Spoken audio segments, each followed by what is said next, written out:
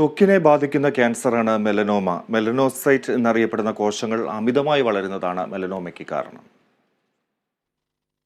തൊലിയിലെ കോശങ്ങളുടെ അസാധാരണ വളർച്ചയാണ് ത്വക്കിലെ അർബുദം.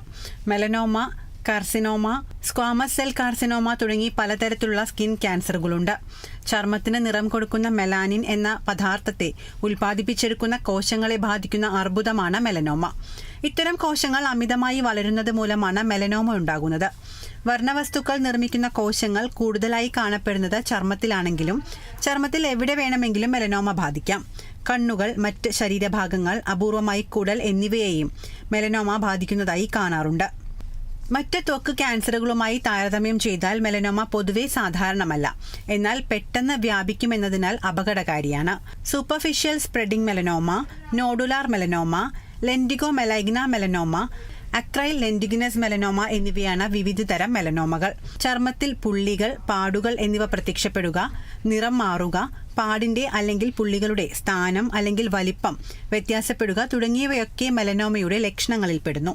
എന്നാൽ ഇതെല്ലാം ഉണ്ടെങ്കിൽ മെലനോമയാണ് എന്ന് പറയാനും സാധിക്കില്ല.